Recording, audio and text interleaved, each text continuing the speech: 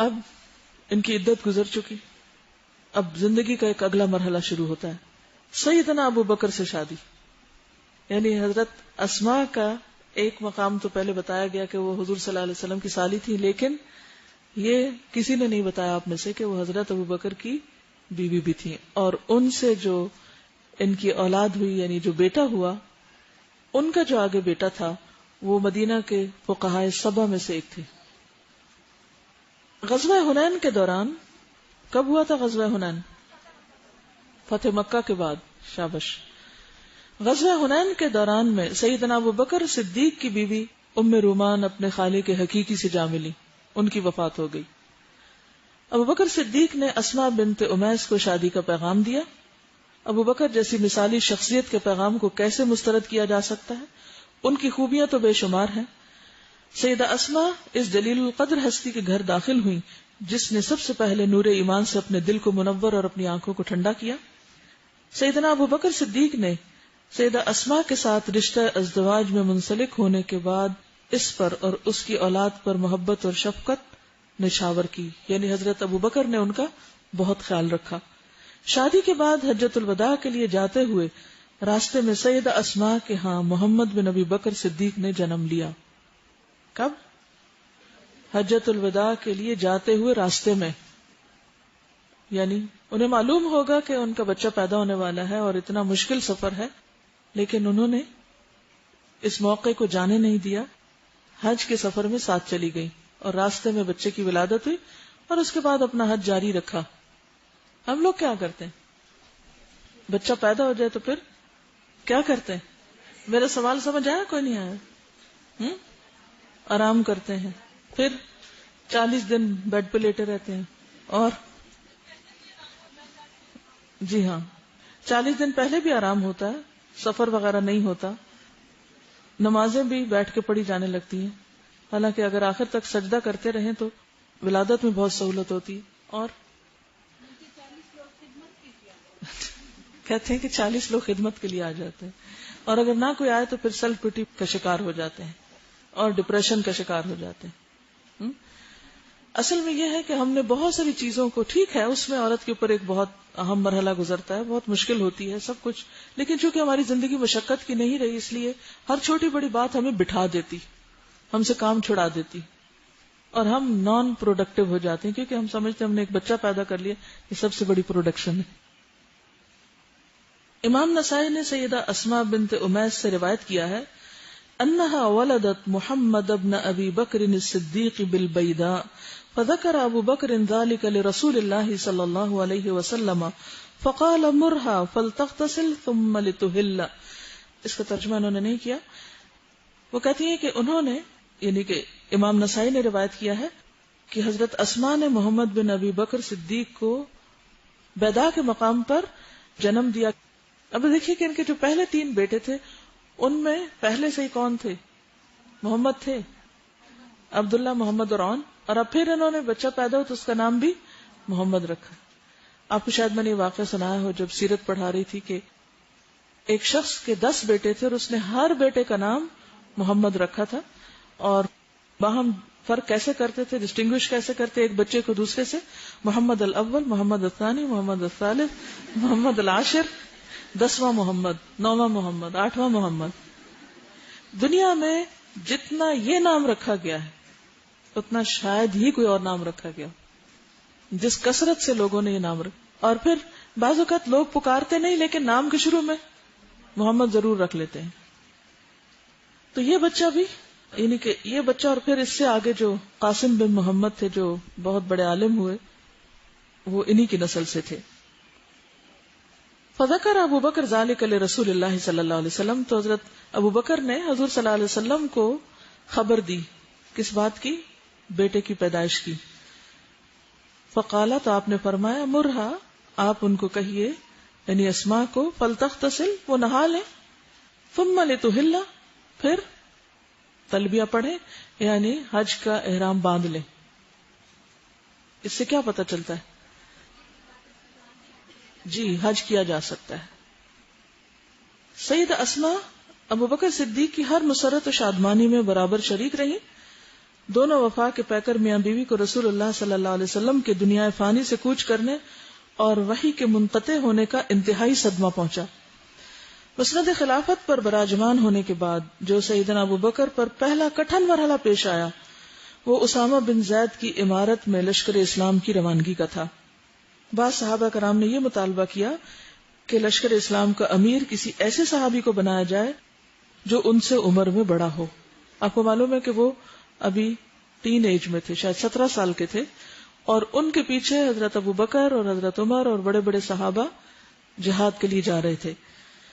لیکن ابوبکر صدیق نے اس تجویز کو نہ مانا، کیونکہ آپ رسول اللہ صلی اللہ علیہ وسلم کے کیے گئے فیصلے کو ختم کرنا پسند نہیں فرماتے تھے، کہ اگر اللہ کے رسول صلی اللہ علیہ وسلم نے ان کو امیر مقرر کیا تھا تو انہی کو رہنا چاہیے، آپ کے جانے کے بعد اب یہ فیصلہ تبدیل نہیں ہونا چاہیے۔ ابوبکر صدیق لشکر اسامہ کو الوداع کہنے تھوڑی دور تک پیدل اس کے ساتھ چلے۔ اب یہ خود نہیں گئے کیونکہ ان کو امیر بنا دیا گیا اور باقیوں کو رخصت کر دیا۔ مسند خلافت پر براجمان ہونے کے بعد سیدنا ابوبکر صدیق کے لیے دوسرا کٹھن مرحلہ ان مرتدین کا پیش آیا جنہوں نے زکوٰۃ دینے سے انکار کر دیا تھا۔ ابوبکر صدیق نے زکوٰۃ نہ دینے والوں کی سرکوبی کے لیے لشکر کشی کی اور عزم راسخ کا مظاہرہ کرتے ہوئے ان کی اینٹ سے اینٹ بجا کے رکھ دی۔ رسول اللہ صلی اللہ علیہ وسلم نے دین اسلام کی جو بنیادیں استوار کی تھیں، ابوبکر نے ان بنیادوں کو اور زیادہ مضبوط کیا اور فتنہ ارتداد میں ان مرتد ہونے والے جو اسلام کے دائرے سے نکل گئے تھے، جنہوں نے انکار کیا تھا، ان لوگوں کی جڑیں کاٹ دی۔ عہد صدیقی میں کافر دم بریدہ ہو گئے اور لشکر اسلام نے یمامہ کے فتنہ پرداز مسلمہ کذاب کو جہنم رسید کیا۔ شیخ الاسلام ابوبکر صدیق کے دل میں نبی صلی اللہ علیہ وسلم سے ملاقات کا شوق انگڑائیاں لینے لگا۔ رسول اللہ صلی اللہ علیہ وسلم کی جدائی کو برداشت کرنا ان کے لیے دشوار ہو گیا تو بیمار پڑ گئے۔ جب انہوں نے محسوس کیا کہ میرا آخری وقت قریب آ گیا ہے تو اپنی بیوی اسماء کو وصیت کی کہ تم مجھے اپنے ہاتھ سے غسل دینا، جس دن میں وفات پا جاؤں اس دن نفل روزہ نہ رکھنا۔ جب کوچ کا وقت قریب آ گیا تو ابوبکر صدیق کا چہرہ اور زیادہ چمکنے لگا۔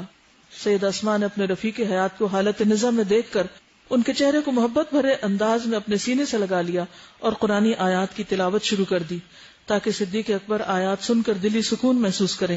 تھوڑی دیر بعد زندگی کی ڈور ٹوٹ گئی۔ اللہ ان پر اپنی رحمت کی برکھا برسائے، ان پر اپنا فضل و کرم کرے اور انہیں اپنی رضا سے نوازے۔ اسماء رضی اللہ تعالیٰ عنہا کثرت کے ساتھ روزے رکھنے کی عادی تھی، لیکن جس دن ابوبکر صدیق نے وفات پائی انہوں نے روزہ نہ رکھا اور اپنے جلیل و قدر عالی مقام خاوند کی میت کو اپنے ہاتھوں سے غسل دیا۔ یہ ہمارے ہاں ایک عجیب سی مت ہے کہ مرنے کے بعد شوہر اور بیوی کا رشتہ ختم ہو جاتا ہے، بلکہ بعض جگہوں پر تو اتنی شدت پسندی سے کام لیا جاتا ہے کہ وہ بیوی کو چہرہ بھی نہیں دیکھنے دیتے، یا شوہر کو بیوی کا چہرہ مرنے کے بعد نہیں دیکھنے دیتے۔ یہ درست بات نہیں ہے۔ اب آپ دیکھیں کہ حضرت اسماء حضرت ابوبکر کو خود غسل دینے والوں میں ہے۔ اس طرح انہوں نے اس وصیت پر عمل کرنے کی سعادت حاصل کی۔ سیدہ اسماء سیدنا ابوبکر کی بہت اچھی رفیقہ حیات ثابت ہوئی۔ امیر المومنین سیدنا علی رضی اللہ تعالیٰ عنہ سے شادی۔ حضرت اسماء نے عدت پوری کی۔ پہلے خاوند جعفر کے تینوں بیٹوں اور دوسرے خاوند ابوبکر صدیق کے بیٹے کی تعلیم و تربیت کو وظیفہ حیات بنا لیا، یعنی بیوہ ہو چکی ہیں، 4 بچے ہیں اور چاروں کی تعلیم و تربیت کر رہی ہیں۔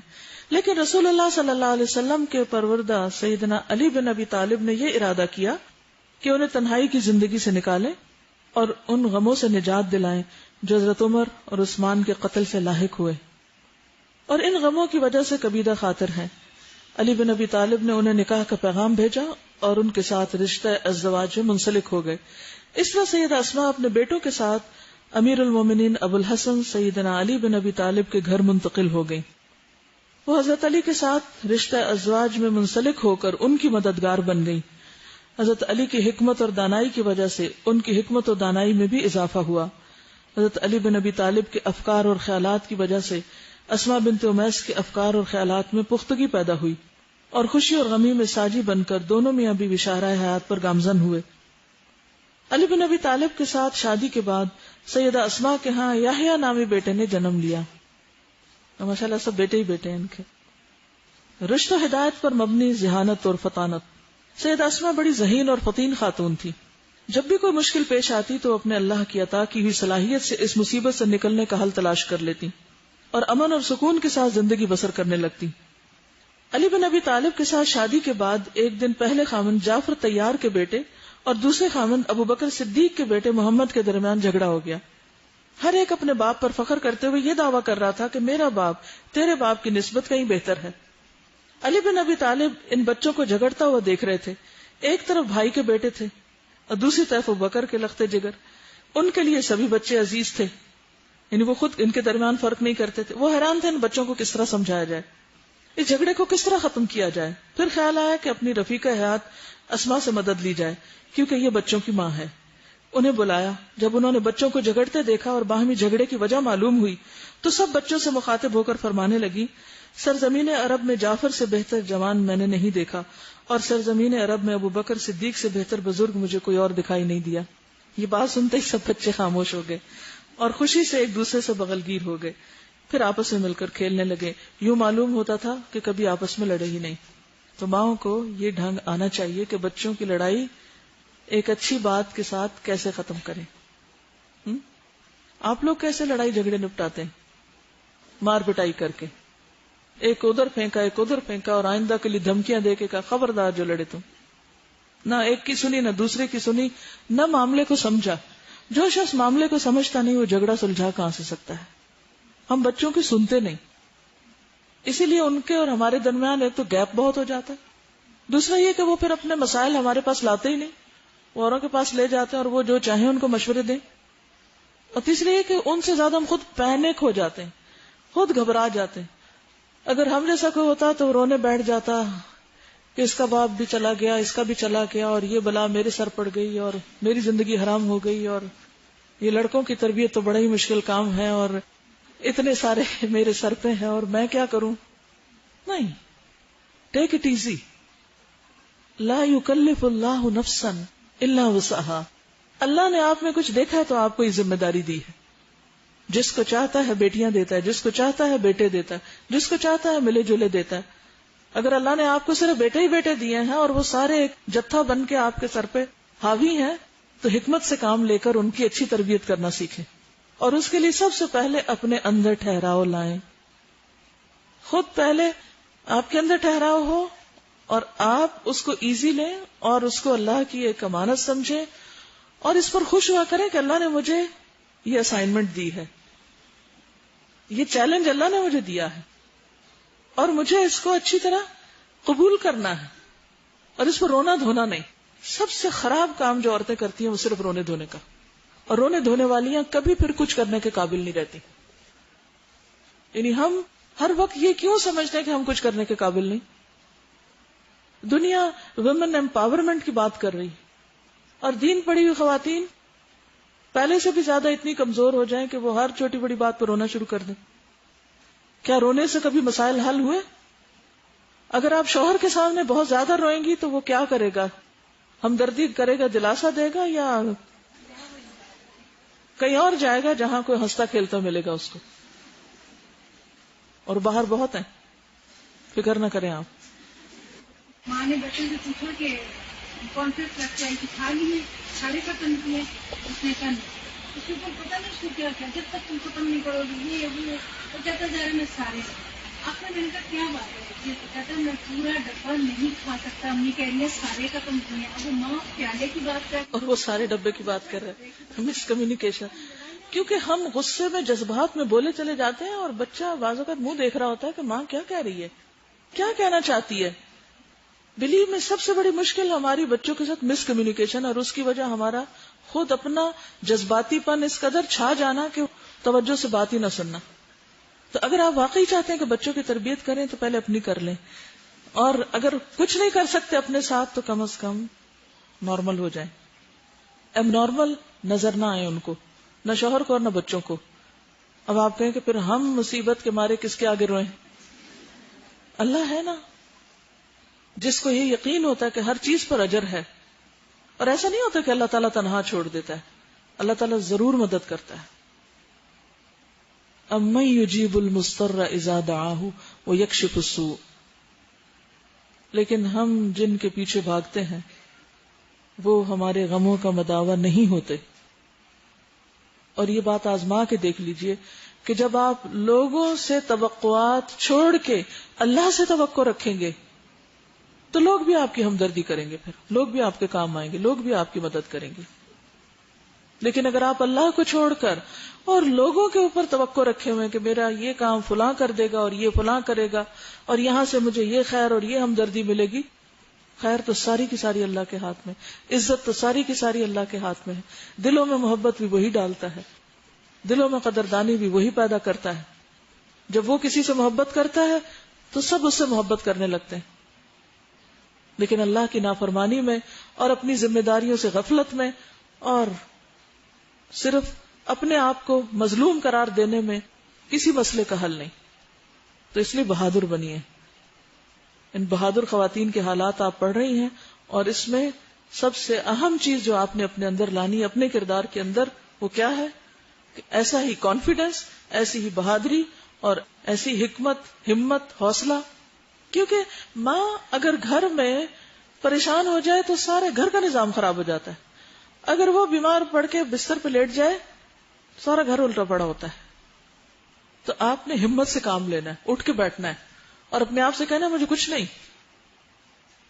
کیونکہ جب ہم صرف سیلف سینٹرڈ ہوتے ہیں نا، ہر چیز میں خود کو دیکھتے ہیں، اب مجھے کیا ہو رہا ہے، اچھا میں بہت خوش ہو رہی ہوں، اچھا اب کیا ہے، اب میں بہت غمگین ہو رہی ہوں، اب مجھے یہ ہے، اب مجھے یہ ہے.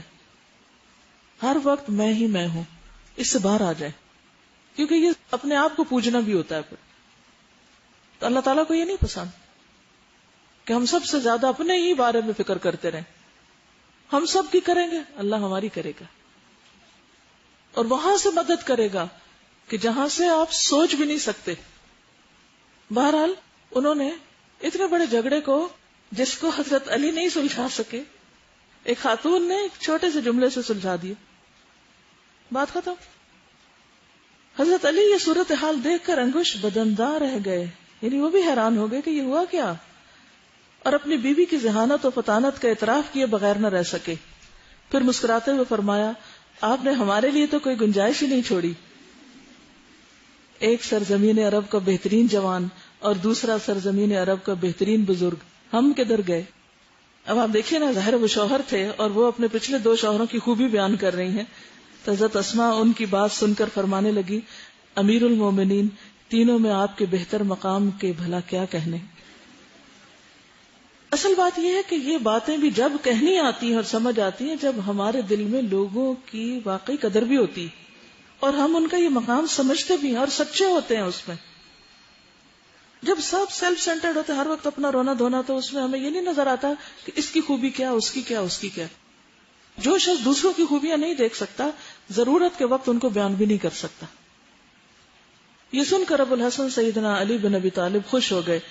اسماء اس قابل تھی کہ وہ خلیفۃ المسلمین کی بیوی ہو اور امیر المومنین کی رفیقہ حیات بن کر خاتون اول کے مقام پر فائز ہو.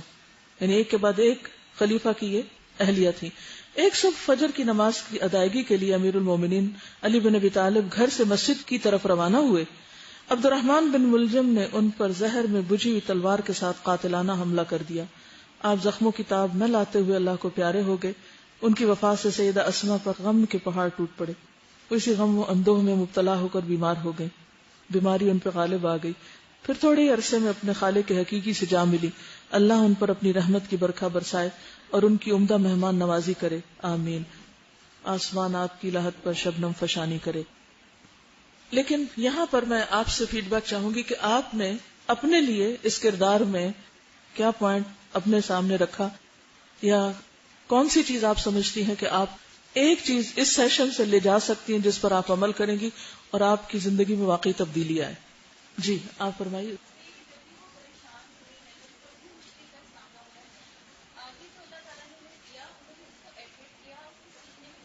یعنی مشکل وقت میں کیا نہیں کرنا، رونا دھونا نہیں کرنا، صبر اور حوصلے سے کام لے کر آگے بڑھنا ہے.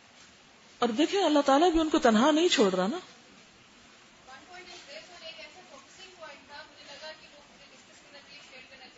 ضرور.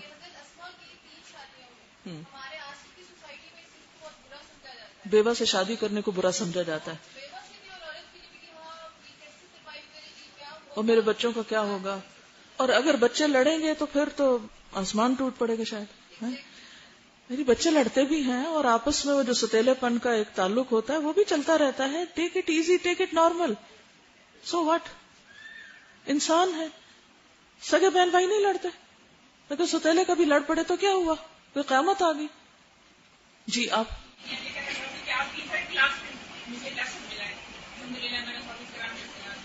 اوکے.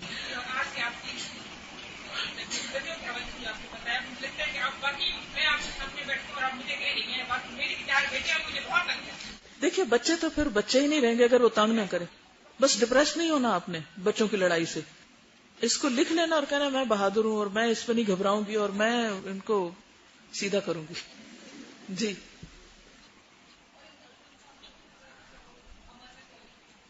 اس سے بڑی اہم بات پتہ چلتی ہے نا کہ پرائرٹی آخرت تھی. جب منزل بلند ہوتی ہے تو راستے کے کانٹے پتھر پھر نظر نہیں آتے. مثلا اگر آپ نے پہاڑ کے ٹاپ پر جانا ہے اور نظر آپ کی اوپر کی طرف ہے تو آپ راستے کے چھوٹے چھوٹے پتھر اور کھڈے اور اس طرح کی چیزوں کو نہیں توجہ دیں گے زیادہ, اور تھک کے بیٹھ بھی نہیں جائیں کیونکہ آپ نے کہیں اور پہنچنا ہے. جب ہماری منزل آخرت ہوگی تو پھر یہ دنیا میں, یہ تو دنیا کا ایک حصہ ہے, کبھی سردی کبھی گرمی کبھی کچھ کبھی کچھ, ان چیزوں کو بہت اہمیت نہیں دینی. جی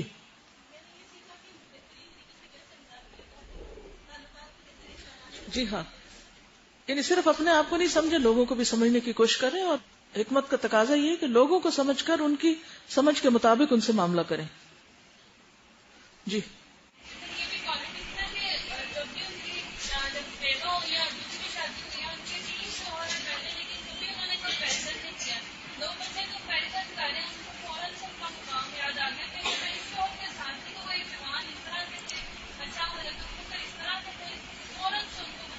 اس سے بڑی اہم بات پتہ چلتی ہے کہ ہر ایک کا اپنا ایک مقام ہوتا ہے. لوگوں کو بہت کمپیئر نہیں کرنا چاہیے, ہر ایک کی اپنی اپنی خوبی ہوتی ہے. اور اگر آپ بحیثیت استاد کے یا بحیثیت ایک رہنما کے یا کسی بھی حیثیت میں گھر میں ایک ماں کی حیثیت کے, آپ دیکھیں گے کہ ہر بچے کی ایک خوبی ہوتی اور اس خوبی کے ساتھ آپ اس کو ایکسپٹ کریں, اور اس کی کچھ خامیاں بھی ہوں گی, اس کے ساتھ اس کو ایکسپٹ کریں. لیکن اگر آپ یہ کمپیئر کرتے رہنا کہ میرے اس بچے نے تو اس عمر میں قرآن پڑھ لیا تھا اور یہ ابھی کچھ نہیں کر پایا اور یہ نالائق ہے, اور فلاں تو میری بیٹی بہت ہی فرما بردار تھی اور یہ تو, یہ طریقہ چھوڑ دیں. ہر بچے کی خوبی آپ کو پتا ہونی چاہیے, ٹپ پہ ہونی چاہیے کون سا بچہ کس چیز میں اچھا ہے. اور جب آپ ان کو یاد کریں یا ان کے بارے میں سوچیں یا ان سے معاملہ کریں تو اس کو سامنے لائیں. پھر آپ ان سے اتنی ہی توقع رکھیں گے, آپ ان سے ہر چیز کی توقع نہیں رکھیں گے. ہم کیا چاہتے ہیں ہر خوبی ہر بچے میں آ جائے, یہ ممکن نہیں. بہت کم ایسا ہوتا ہے زندگی میں, اکا دکا خال خال کئی لوگ ہوتے ہیں جن پر ایک سے زیادہ خیر کے دروازے کھل جاتے ہیں, وہ ایک وقت میں ایک سے زیادہ کام کر پاتے ہیں. بہت سے لوگ ایک چیز کے ساتھ ہی کمفرٹیبل ہوتے ہیں, ان کی اتنی صلاحیت ہوتی. جی آپ فرمائیے. ان کا سوال ہے کہ صبر اور برداشت کی اگر بہت بھی کوشش کریں اور پھر بھی صبر نہ آ رہا ہو تو پھر کیا کریں. دیکھیے مجھ سے جب بھی کسی نے سوال کیا, اکثر لوگ مختلف مجالس میں سوال کرتے رہتے ہیں اور پھر وہ ہر ایک سے سوال کرتے ہیں, صرف نہیں کہ مجھ سے, آپ نے ہو سکتا ہے یہ سوال کسی اور سے بھی کیا ہو, اسی طرح اور بھی سوال, ہم یہ کام کیسے کریں, ہم وہ کیسے کریں, اور زندگی ان کی بیت جاتی ہے اسی سوال میں کہ اچھا یہ کیسے کریں, یہ کیسے ہو. میں نے اس پر بہت غور کیا ہے کہ لوگوں کی یہ نفسیات کیوں ہے, کیوں وہ ساری زندگی صرف پوچھتے ہی رہتے ہیں اور کرتے کچھ نہیں. اس لیے کہ ان کی کرنے کی نیت نہیں ہوتی.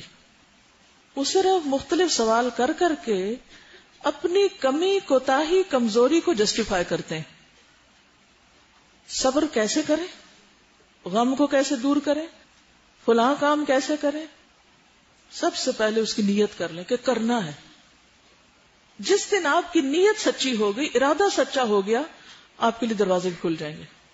اور اگر آپ کی نیت اپنی نہیں کرنے کی تو دوسرے لوگ آپ کو 100 حل بتائیں, آپ کو اس میں سے ایک بھی قابل عمل نظر نہیں آئے گا.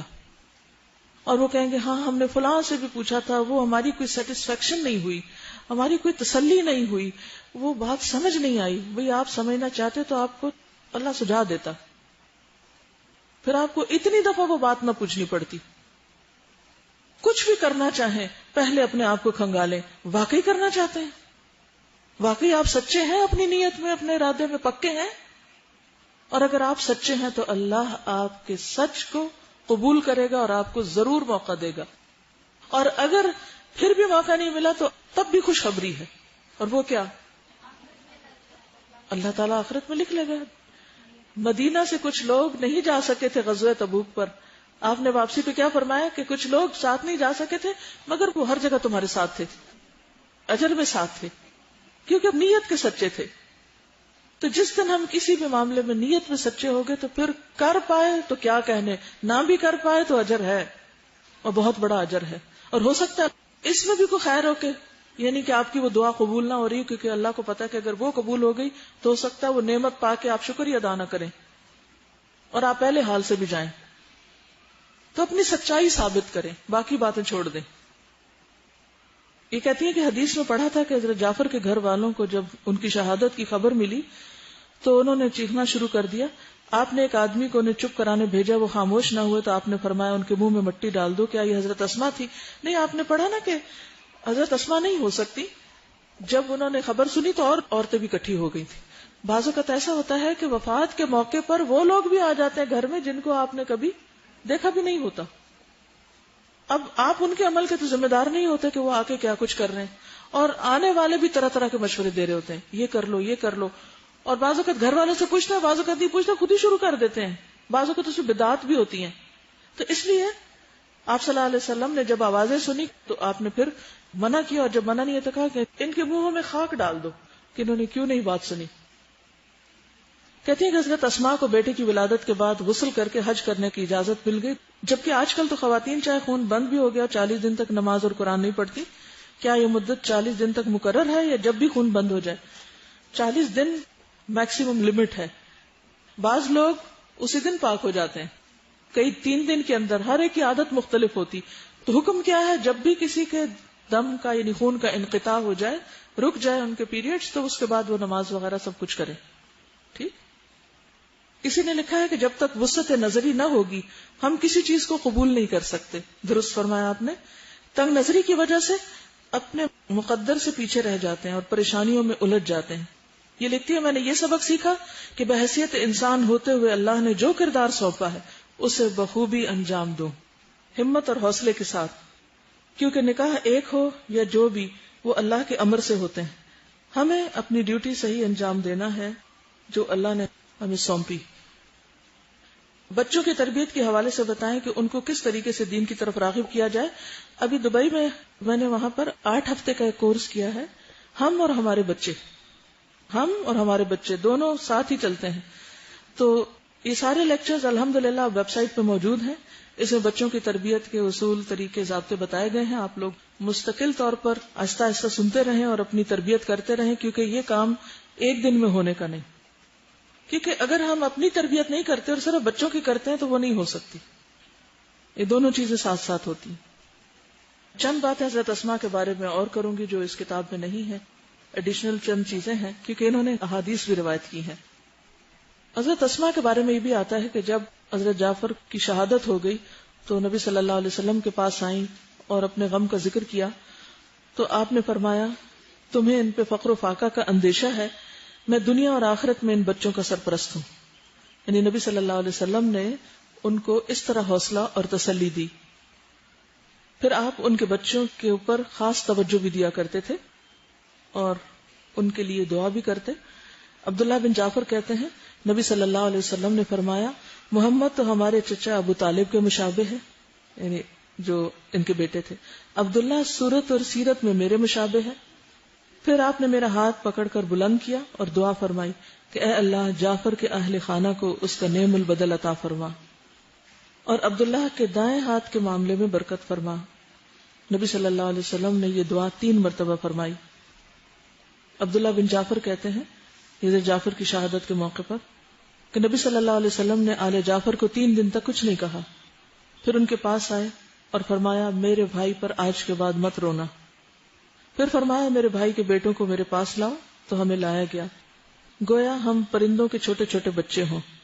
پھر فرمایا حجام کو میرے پاس لاؤ اور آپ نے اس سے کہا تو اس نے ہمارے سر مونڈ دیے، یعنی بال صاف کر دیے.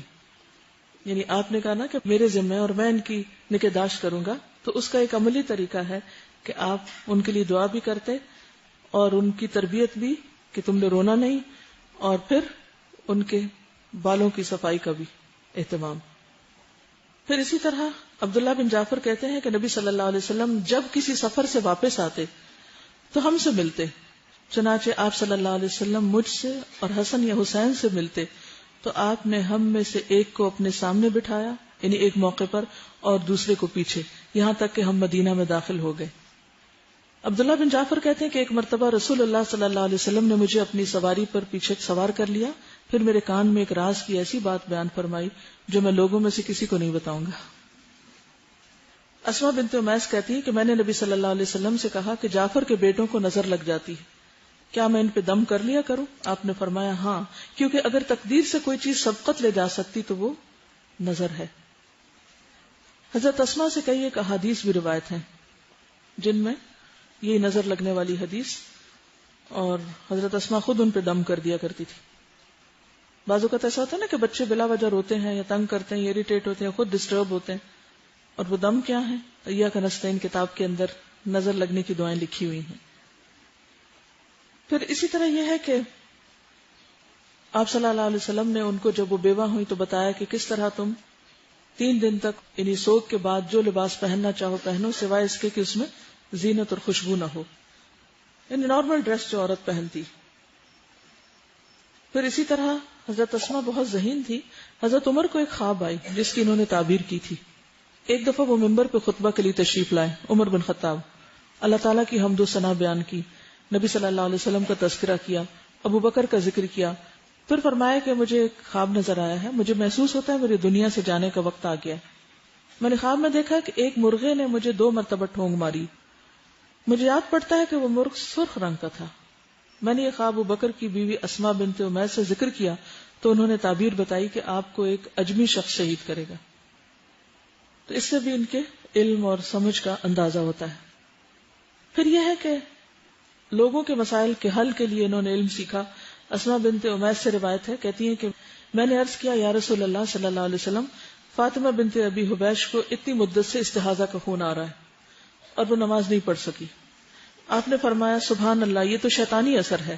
اسے چاہیے کہ ایک ٹب میں بیٹھے، اگر پانی پہ زردی غالب ہو تو ایک غسل ظہر اور عصر کے لیے کرے، اور ایک مغرب اور عشاء کے لیے، اور ایک فجر کے لیے، اور اس کے درمیان وضو کرے. پھر اسی طرح کچھ اور احادیث ہے. حضرت اسما کہتی ہیں میں نے رسول اللہ صلی اللہ علیہ وسلم کو فرماتے ہوئے سنا کہ جو شخص بھی مدینہ کی تکلیفوں اور شدت پر صبر کرتا ہے، قیامت کے دن میں اس کی سفارش اور گواہی دوں گا. ایک اور حدیث ہے، اسما بنت امیس کہتی ہیں کہ رسول اللہ صلی اللہ علیہ وسلم نے حضرت علی سے فرمایا تم میرے لیے اسی طرح ہو جیسے ہارون علیہ السلام موسیٰ علیہ السلام کے لیے تھے، مگر یہ کہ میرے بعد کوئی بھی نبی نہیں ہے. حضرت فاطمہ کو بھی غسل دینے والی یہی تھی، حضرت علی کے ساتھ انہوں نے بھی غسل دیا تھا. اوکے، آج کے لیے اتنا ہی کافی ہے. آپ سب کا بہت شکریہ، جزاکم اللہ خیرا. سبحانک اللہم و بحمدک، نشہد ان لا الہ الا انت، نستغفرک و نتوب الیک. السلام علیکم و رحمۃ اللہ وبرکاتہ.